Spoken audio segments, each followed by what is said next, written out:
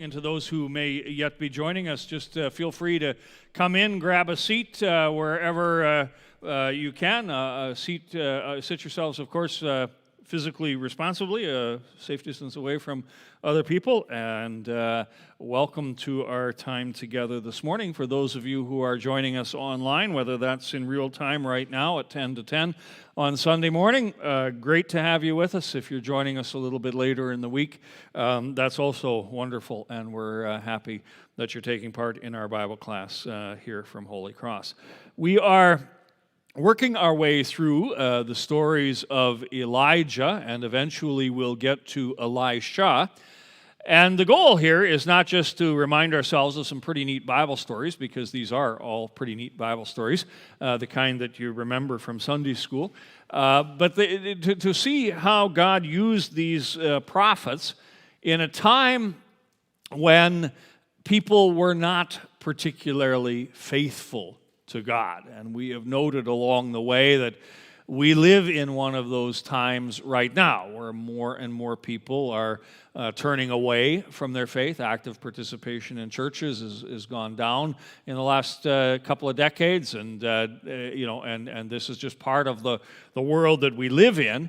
But it's not the first time this has happened, and as long as the Lord lets the world turn, it may not be the last time these things happen. Yet God always provides the tools, the gifts, the people, the resources for the faithful to remain faithful to Him. And back in the Old Testament, one of those resources was the prophetic ministry of first Elijah and then his successor, Elisha. All right. For those of you who are in the building this morning, there are lesson sheets. Now, they are the same lesson sheets that we used last week, so if you have yours from last week with you, that's just fine. You can keep using that. A lot of what we do in this does end up on the PowerPoint, but if you are at home and you would like to access the lesson sheets, not just the one for today, but previous weeks as well, that can be done from our church website. And if you go there and follow the various links, you will find the Bible class notes. And if you have questions during Bible class this morning, those of you who are here in the room don't need to email me. You can just stick your hand up, and I'll probably see you sooner or later.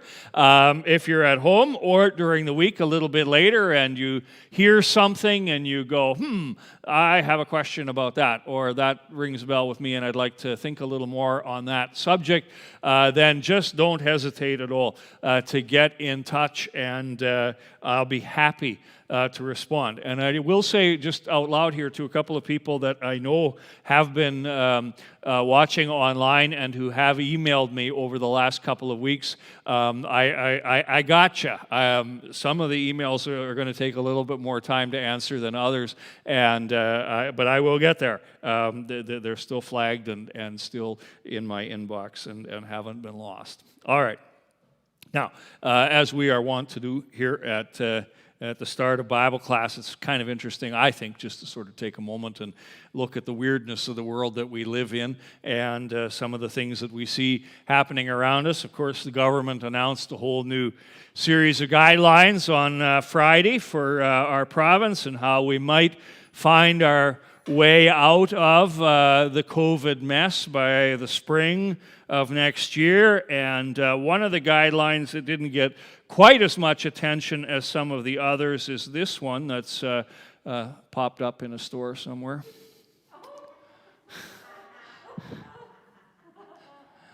Really, but somebody clearly didn't do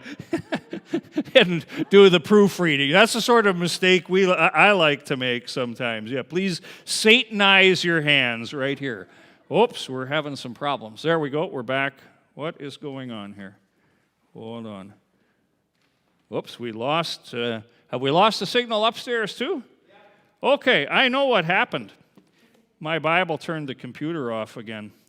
We're going to have a little moment here. I'll do a song, do a little dance here at the front while we await my computer. I need like a multi stage lectern here. Place for Bible, place for computer. Come on, computer.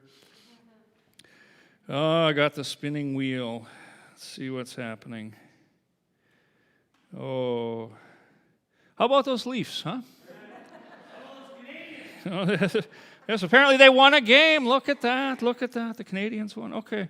All right, here. What are we doing? Come on, computer. Okay, well, we may have to... Oh, another spinning wheel. We're getting somewhere. I don't know where. This is close to... We'll push all the buttons at once. Something's bound to happen. Oh, there we go. Looks like we got life. All right.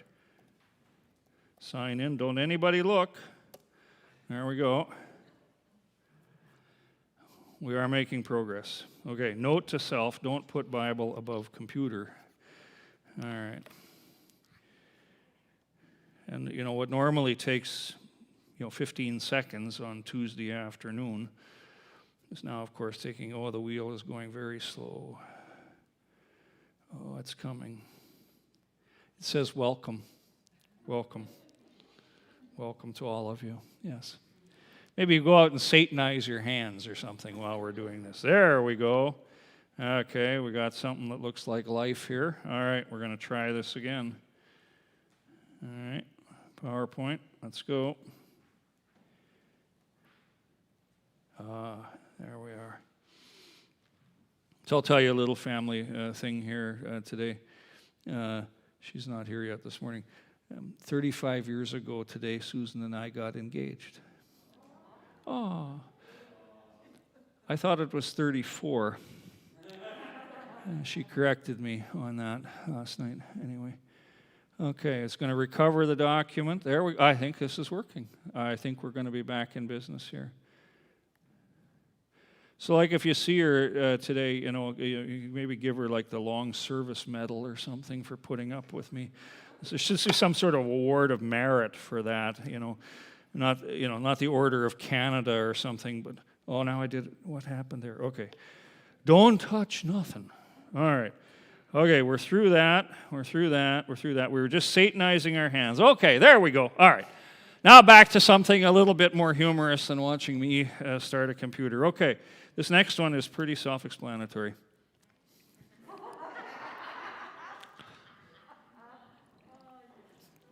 Somebody obviously mixed up the signage there, but anyway, all right.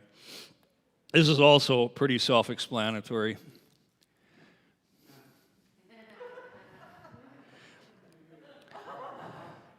There are three things that don't lie.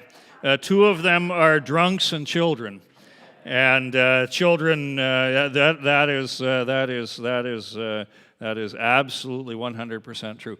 And now we kind of just sort of lost the mood here a little bit, but in a rather lame effort to revive it here, this little thing I've been running the last few weeks, finding rather bizarre old Christian album covers and suggesting they may come to sing our anthem. Feast your eyes on these two here. The Happy Two, the men's only two-man quartet. Leroy and Shorty. And you wouldn't know this is a Christian album except for the fact there's a little church up in the top corner there. Maybe next week, Heather or Jennifer, Leroy and Shorty, Something different for Confirmation Sunday. All right. Let's get into the action here. Anyway, back in the day, people didn't get quite so concerned about image, or what they thought was good back those days is not seen as so good today anymore. All right, what we're talking about in this particular section of the study is we're now in 1 Kings chapter 18, is how do we respond to this world? We took the first few sessions to talk about the idolatries that are out there in the world, the challenges that are before us in the world. And chapter 18 kind of makes us ponder a little bit, how do we respond to that world? And I'm not going to go into a lot of detail here, but simply to remind us that over the last 20 years or so, Christian thinkers have suggested a few ways that we might respond. And broadly speaking, they fall into two basic categories. Either the category of strategic retreat, which means that Christian communities begin to sort of pull away from the world a little bit and just kind of keep to themselves, focus themselves on sustaining the faithful and sort of waiting a better day. And if you're wanting to know what that looks like in real life, you could think of the monastics, the monks, and the nuns who, at certain times in the church's history were indeed used to be the faithful repository, if you will, of the church's teaching and to hold fast to that in times of persecution. Or a more contemporary example might be Orthodox Judaism, which very much, keeps to itself. Even in our area here, the Old Order Mennonites, who march kind of according to their clock, not according to the world's clock, and kind of tend to insulate themselves and to some degree isolate themselves from the world. And some have suggested, and with good following, that may be something that faithful, conservative-minded Christians really need to do. Others, on the other side of the argument, have said, oh, no. The Great Commission is still in effect. In good times and bad times, we're to preach the word in season and out of season and get out into the world as best we can and continue to proclaim the kingdom of God. And the reality is, and I said this last time, neither of these positions is mutually exclusive. It's not a complete either or. It's finding the balance between the two. Are we going to tip more to becoming isolated and insulated from the world, or while we're nurturing the faith, are we still going to reach out into the world? And I think you're going to see as we go through this that there is a balance, but that the preponderance, if you will, or the weight, the greater weight on that balance is going to still be to continue to reach out into the world. Jesus sums it up for us already. If you want to know where this lesson's going, I don't always let the cats out of the bag right off the bat. But Jesus, in his high priestly prayer at the very end of his earthly ministry, when, humanly speaking, the cards were stacked against the faithful like they have never been before and never have been since. I mean, the church is, at this point in time, whittled down to about 120 people. That's all that really remains of the great crowds that followed Jesus.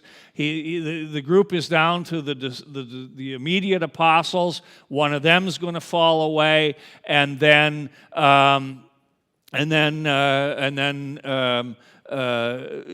the church is going to be small. And Jesus doesn't say, get these guys out of here. Beam us up. Beam them up, Lord. He says, no, my prayer is not that you take them out of the world, but that you protect them from the evil one. As you sent me into the world, I have sent them into the world. And we are, at the same time, though, to be sanctified in the truth. So a kind of a both-and answer here from Jesus. We remain strong in our faith. We make sure that we're being built up in the faith that we have, but at the same time, in spite of the fact that the numbers, so to speak, don't look so good, we are out into the world. Now, let's go back into 1 Kings chapter 18. Where's my phone here? I didn't need to keep an eye on that. There we go. Make sure we'll see if we got any upset from the community at large. Nope, we're good so far. All right, any questions in here about the general gist of where we're going?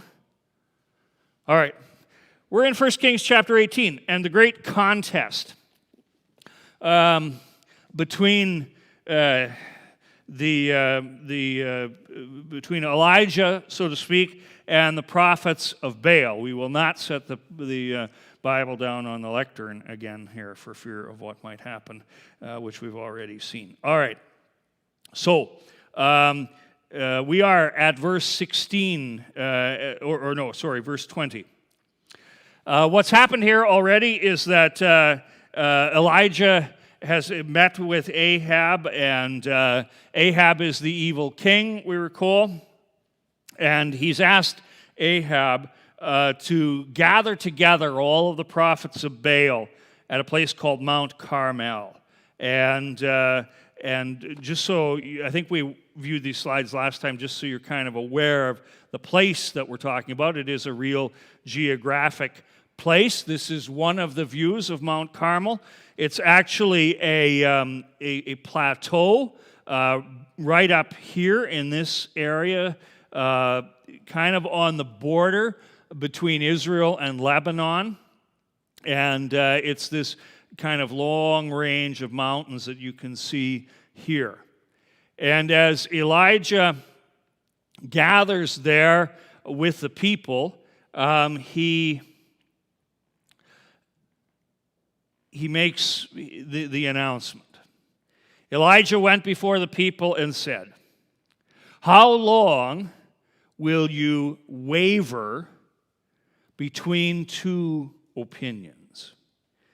If Baal is God, follow him." But the people said nothing. Now, this is an interesting Bible passage in and of itself, because he very much captures the mood of the time, both back then and still today.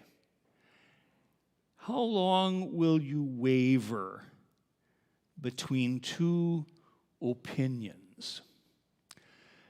Ahab, the king, when he married Jezebel and when he brought in a very official way, the worship of Baal, the worship of Asherah, and the various other trappings that came along with those so-called deities, was not exactly trying to push God right out of the picture. He was quite content to have people continue to worship God. In fact, as we saw last week, one of his closest advisors, a man named Obadiah, who was probably second or third in command in the kingdom, the guy who kind of looked after his whole palace, was a very faithful servant of God. And Ahab has no problem with him.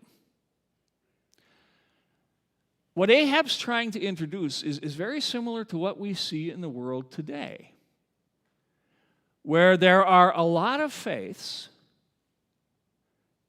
and no one faith is to be elevated above any other faith, where all faiths are to be held equal, and the only real misstep that a person can make is to say, my way is the right way, or the only way. And that's where Christians, particularly of a more conservative stripe, will find themselves getting in trouble in today's world, because we would still say, I am sure, that we believe this to be the right way. The way. You know, no one comes to the Father, Jesus says, except through me. I am the way, the truth, and the life. And that's where, you know, in a contemporary society, we begin to get into problems. And that's where things got into problems back then for Elijah. That he would dare to claim there's just really one God. And you have to worship that God. That is the God that we are called to follow. This is kind of like, what passes today in society as what we generally call tolerance. We'll waver between opinions. You believe what you believe, I believe what I believe, and we'll just try to happily coexist. The problem with that view, and I say this on the lesson sheet, and I always struggle to put these things in a kind of as down to earth a way as I can.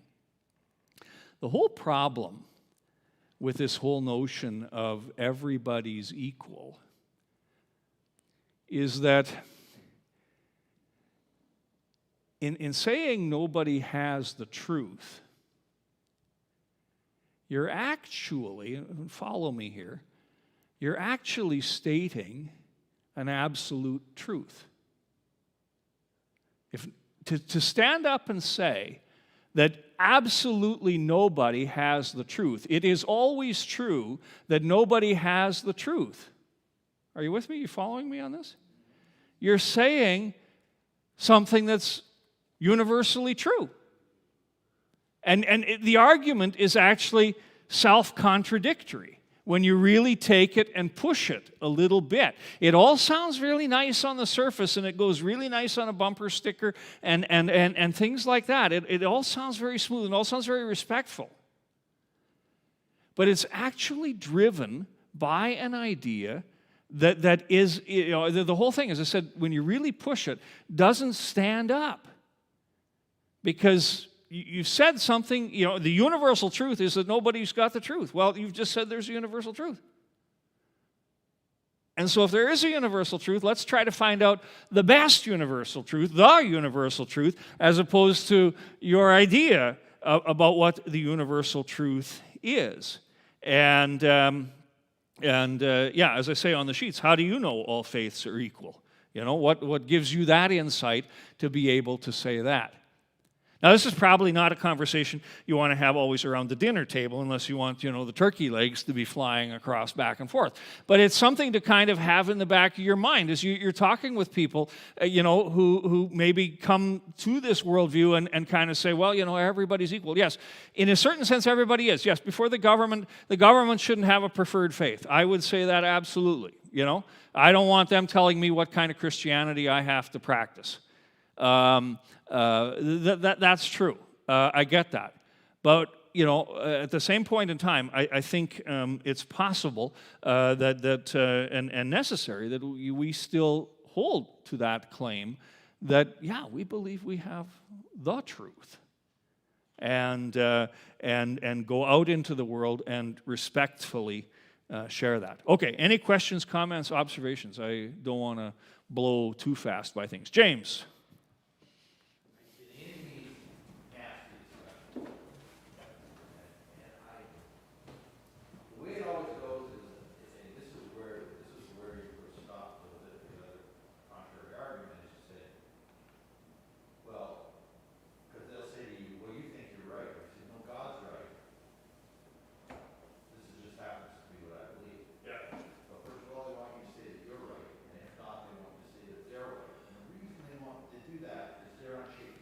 Oh, yeah. Anyways,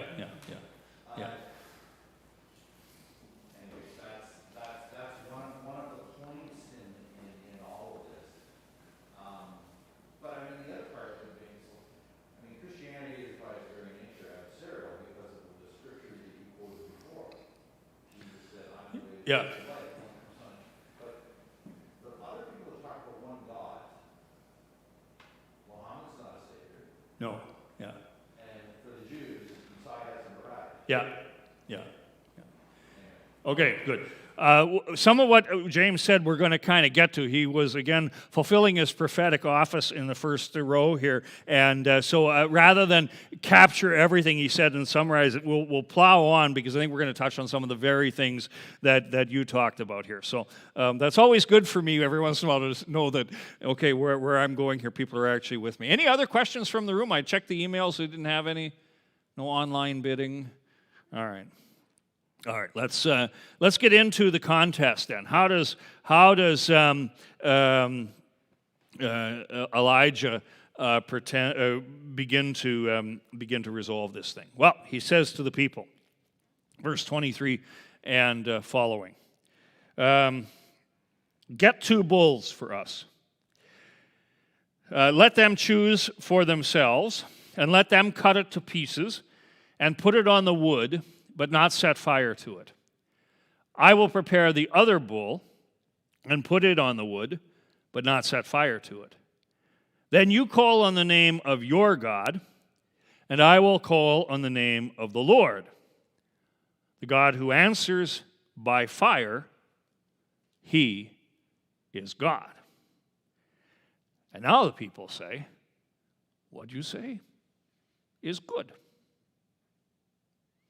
All right. So what is basically, there's something very subtle going on here. And this is a kind of what happens in the plagues on Egypt as well. Essentially what Elijah is doing here is he's challenging the Baal prophets to prove that their God is the real God by doing what he is supposed to do. Baal, there were many Baals in those days, but the particular Baal god introduced by Ahab and Jezebel was a god of the storm. We said earlier that he was a god of fertility. Most of the Baal gods were. But the particular angle that this particular Baal had is that he was the one who was the bringer of the rain, the bringer of the storm. And he's often pictured, as you can see in this carving from very, very long ago, with something in his hand. And what is in his hand is representative of lightning. And even from this other piece, you can sort of see it a little bit of like the way lightning comes down and striking the earth. And so basically what Elijah is saying here is, all right, let's have a duel, and let's see which God. You say your God is the lightning God. Okay, we're not going to make your God do anything beyond what is his specialty. You know? He doesn't have to feed the multitudes. He doesn't have to, raise the dead. That's not his thing. He's a lightning God. Okay, we'll go with lightning. If he can make lightning happen and light this thing on fire, then he's God. Okay, let's read on a little bit in the story. So Elijah said to the prophets of Baal, "Choose one of the bulls and prepare it first. And since there are so many of you, call on the name of the Lord your God." But no fooling around here. No little fire, hidden away somewhere. Don't be soaking the altar down with gas and then somebody light a cigarette. None of that. So they took the bull given to them and they prepared it. And what they do in their preparation reveals a lot about the nature of idolatry in their time and in ours. Here's what happened next. So they took the bull given to them and prepared it.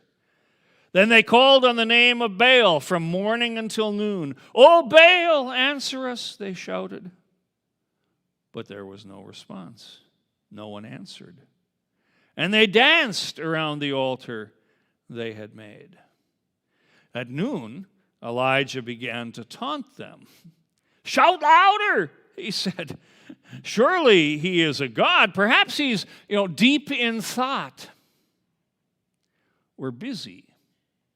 This is where the English Bible sometimes kind of wimps out on us a little bit. The Hebrew is much more direct. They don't use the word busy. The word there basically means perhaps he's gone to have a poop.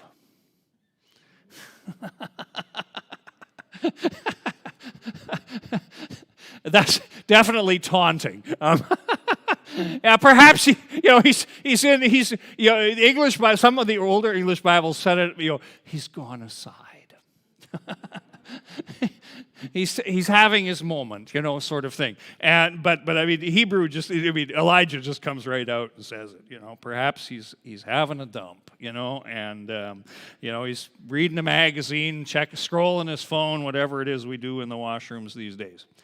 All right, he's busy. He can't come right now. Or maybe he's gone on a trip. We'll get this back out of the washroom here. Maybe he's sleeping and must be awakened. So they shouted louder and slashed themselves with sword and spear, as was their custom, until blood flowed. Midday passed, and they continued their frantic prophesying until the time for the evening sacrifice. But there was no response. No one answered. No one paid attention. And this tells us a lot about the nature of idolatry. They called upon the Baal from morning till noon. They danced around the altar to please the Baal. They cried aloud and cut themselves with swords and lances in self-loathing to appease their God. They called. They danced. They cried and cut themselves. Whenever you have an idol in your life, you give the ultimate authority in your life to the idol. And we all have idols from time to time. Everybody does. And the problem is that while you've given that a thing, whatever it is, a very important place in your life, it all comes down to you to keep that thing happy, whatever it is. I'll give you a fairly benign example, but one that's real, at least in my life, okay? One of the things that I know can be an idol in my life are the things that I like to do that we would consider hobbies, okay? And one of those hobbies, all of them actually, have certain standards that you like to meet. I'll just use one of them. I like to play around in my garage with saws and cut wood and make things and do stuff like that. And it can be a very, very important time for me to be able to go out and do that. And sometimes, as I said before, you sometimes get twigged on what your idols are by, where your mind goes when you have nothing else to think about. And, a lot of times when I got nothing else to think about, I'm thinking about the next step out in the garage. And sometimes that does slip, in my heart to be in a little bit more important place maybe than it should be.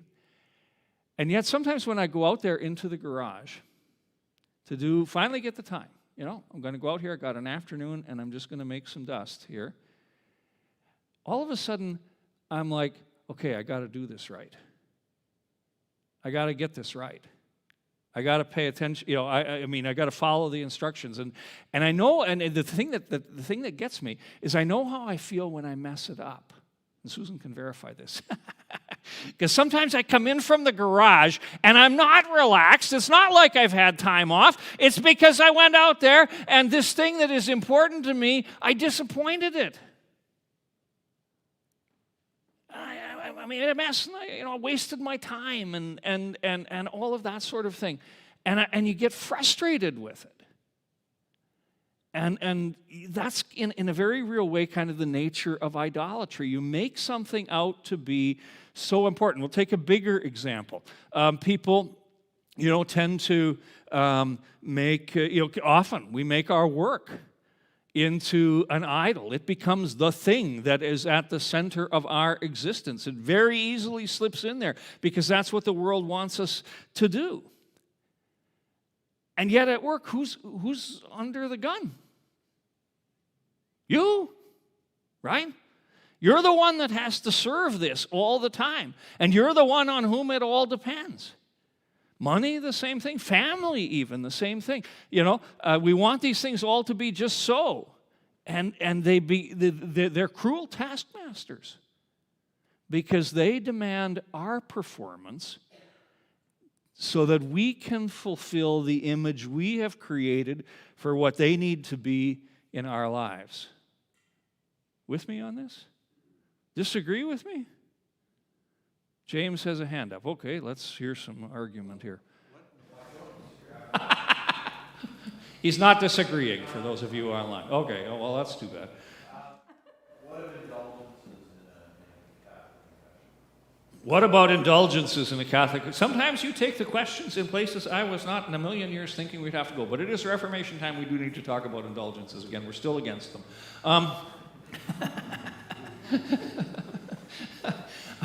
Yeah, but it's the same thing. Yeah, that became an idolatry. Yeah, because this all comes down to you. Yeah, that's what was wrong with the church at the time of the Reformation, was they had lost the true essence of the gospel of Jesus being the way, the truth, and the life, and it all came down to you. How well do you perform? And if you didn't perform well enough, then your kids and grandkids better get to act together to get you out of purgatory. Yeah, absolutely. You bet. All right. So they do all of this, and to no avail. They cut themselves, they carry on, and nothing happens. Let's see here. Yeah. Another example, I heard this example, of how devastating, and sometimes this is another thing that clues us in to our idols in life. Say, for example, take the case of a young person, finishing high school, heading off into university. This particular young person has been dreaming for years of being accepted into law school. And so they go to university, they do their best. They try their hardest. They write the LSAT. They do all of that stuff. And then the day comes when the letter arrives and says they didn't make it. Now, if that has become a true idol in your life, you're going to be crushed by that. Because you put all your effort in and you didn't get the reward.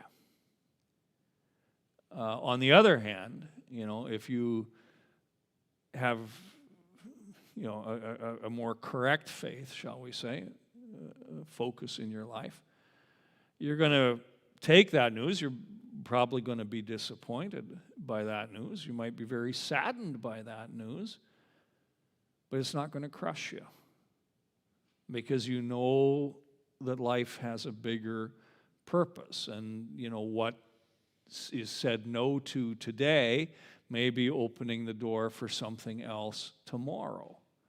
A lot of times, how we identify our idols or how our idols come out is how we handle things when something goes wrong. Because things will go wrong in this world. I mean, that's just the nature of the place. It's a sinful, corrupt world. But how we handle that, shows in many ways where our faith really is. Yes, we're disappointed, we're down. This is like Paul talks about in the New Testament. We're beaten. I can't remember the whole thing, but not crushed. Not crushed. by these things. Anyway, the Baal guys are getting pretty crushed by this point in time because they have invested a lot of their life in the worship of this god. They have believed this guy is going to drop fire from heaven. They've even taken to cutting themselves as a kind of an ultimate appeal to their god to answer, and nothing. This is another picture from the floor of the church in Siena. And unfortunately, it's not as clear as it could be. But over here, you see a guy who's cut himself. You see people here, calling out. And meanwhile, the animal just lays on the altar as it has been all day. Probably the only thing that's attracted is flies. And another sculpture of the same thing, where you see them here, just carrying on and trying with all their might to bring forth some response, but nothing. And Elijah over here, who's not at all surprised. Okay, this is just a summary. I guess I got my slides a little out of order here, but I'll just read it quick. Idolatry involves a reversal of roles. When you have an idol, you are also the one who must perform. You do everything to impress the God, so God answers you in the way you want to be answered. Idol worship puts a person under spiritual authority, but at the same time puts you in the driver's seat. Your performance determines the response you will receive. And just to kind of summarize what I was saying a moment ago, how do we respond to the crushing disappointments of life? And all of our lives will have some of those. When our focus is not on the true God, often anger, bitterness, even self-hatred can take over our lives. And when that happens, sure as shooting, we've likely identified an idol in our own lives. All right, check the phone here just for any... Oh, okay. All right. God's answer. So, God is there, and after watching and taunting the Baal prophets, Elijah calls the people to himself. Let's read a little further in the story. Elijah said to all the people, "Come here to me." They came to him, and he repaired the altar of the Lord, which was in ruins. Elijah took 12 stones, one for each of the tribes descended from Jacob, to whom the word of the Lord had come, saying, "Your name shall be Israel." With the stones he built an altar in the name of the Lord and dug a trench around it large enough to hold 2 seahs of seed. A seah is around 15 liters or so. He arranged the wood, cut the bull into pieces, and laid it on the wood. And he said to them, "Now fill 4 large jars with water and pour it on the offering and on the wood." "Do it again," he said, and they did it again. "Do it a 3rd time," he ordered, and they did it a 3rd time. The water ran down around the altar and even filled the trench. It's important to note why it had to be done 3 times, because, of course, there's a drought in the land. Not a lot of water. So the first time probably just got soaked up by the dry ground. The second time it maybe was starting to get saturated. The 3rd time it finally started to puddle a little bit. And that's exactly what Elijah wanted to see. At the time of the sacrifice, the prophet Elijah stepped forward and prayed, "O Lord, God of Abraham, Isaac, and Israel, let it be known today that you are God in Israel, and I am your servant, and have done all these things at your command. Answer me, O Lord, answer me, so these people will know that you, O Lord, are God, and that you, O Lord, are turning their hearts back again." And then the fire of the Lord fell and burned up the sacrifice, the wood, the stones, and the soil, and also licked up the water in the trench. When all the people saw this, they fell prostrate and cried, "The Lord, He is God. The Lord, He is God." We'll stop there. So Elijah, has, as I said before, the sacrifice, lays it all out on the stone altar, wood, and has it soaked 3 times. So there's no chance that any stray match, any accidental torch action is going to light this thing on fire. Humanly speaking, we got wet wood, we got a wet sacrifice, nothing really here is going to burn. And then he prays. And it's interesting here too to note, I think this is, I didn't really make a fuss about this in the lesson sheet, but it occurred to me a little bit afterwards, the contrast in the style of prayer between the Baal prophets and Elijah.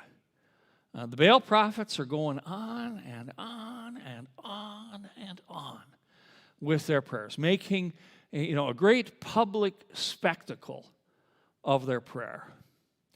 And while I don't doubt that Elijah, certainly commanded a certain presence when he prayed, and there wasn't a certain amount of drama surrounding his words, the thing that I was struck by in his prayer is how simple it really is.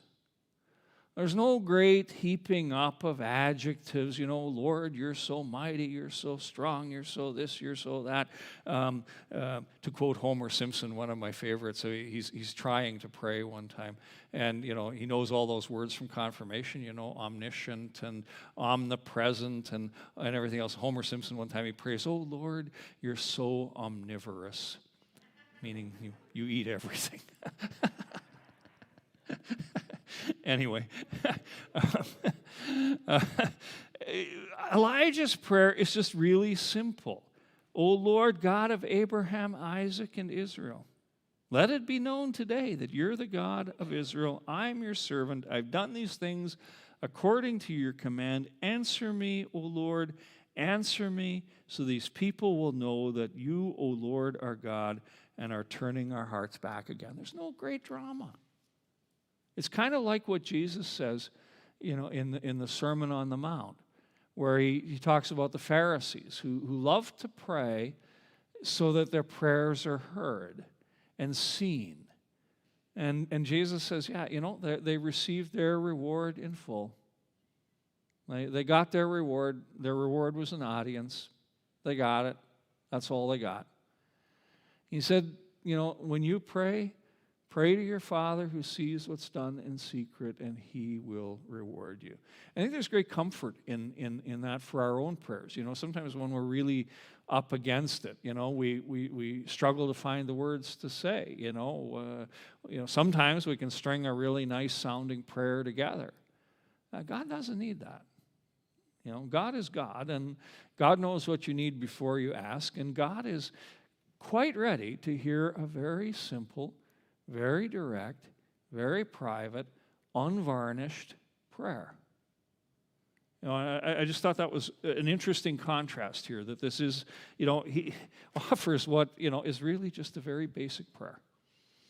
And that's the prayer God answers. And the fire indeed comes down, and the fire does indeed do what it's supposed to do, and the people are turned by what has happened. I'll pick this up at verse 39. This isn't on a slide. It probably should have been, but it just isn't. When the people saw this, they fell prostrate and cried, "The Lord, He is God. The Lord, He is God." And what they're doing there is using the personal name of God. Whenever we see we've mentioned this before, but just a quick note again. In all our Bibles, English Bibles, you'll see there the word Lord written in 4 capital letters. And in most English translations, though, there are a few that do it differently. That word equals the personal name that God reveals to us, Yahweh, which basically means it's the name that was given to Moses when he wanted to know God's name. And God said, I am who I am. And basically, through a little bit of work, Yahweh is what God said. I am who I am, the God who is. And the people confess that name, and they say, the Lord is God, the Lord is God. And then comes the next part of the story. The prophets of Baal are seized, they're executed, and Elijah then comes back to Ahab again. And we're going to leave it here. I know we have about a minute to go, but unless we got something from, no, we haven't got anything from any questions. There's more to come, but to go into the more right now will take us longer than the minute we have on the clock. Any comments, any questions, any observations? Oh, Heather, yes, sorry, you're too close to the front. Okay, we'll come back to that. What was going on there? That's a whole other thing. Why would this happen? Yeah, okay. Well, that's coming in the next episode. All right. For those of you, this maybe gives us a moment to sketch out things for next week. As you know, next Sunday here is Confirmation Sunday, but we will have Bible class. Because confirmation is contained to the 11 o'clock service, we will have Sunday morning Bible class. It will be available in person and online. The only difference for next week is that we will stop the class 10 minutes earlier at 10:30. That's just to give me time to spend a few minutes with the confirmands downstairs to get their anxiety really whipped up for the service. That's when I go down and announce to them that they have to give their witness statements in German. Or that they have to give them memorized, and they haven't even been prepared for that. And no, I don't do that. Believe me, I went through enough of that when I was a kid. I couldn't inflict that on my enemy. But anyway, we do need a few minutes to kind of get together with everybody and get ready for the service. So we will stop at 10:30 next week, but we will have Bible class. All right, let's close with a quick word of prayer. Gracious Lord, Heavenly Father, we thank you that you continue to be the faithful, true God, and that you revealed yourself to us in so many ways as being the way, the truth, and the life. Forgive us for our idolatries, and forgive us too when we maybe just go along a little too easily with the ways of the world. We pray, Lord, that you would continue to keep us faithful, continue to keep us steadfast in our faith, but also give us a heart for those who still do not know you. We ask, Lord, that you would bless and be with us this day and grant us your peace in all things for Jesus' sake. Amen.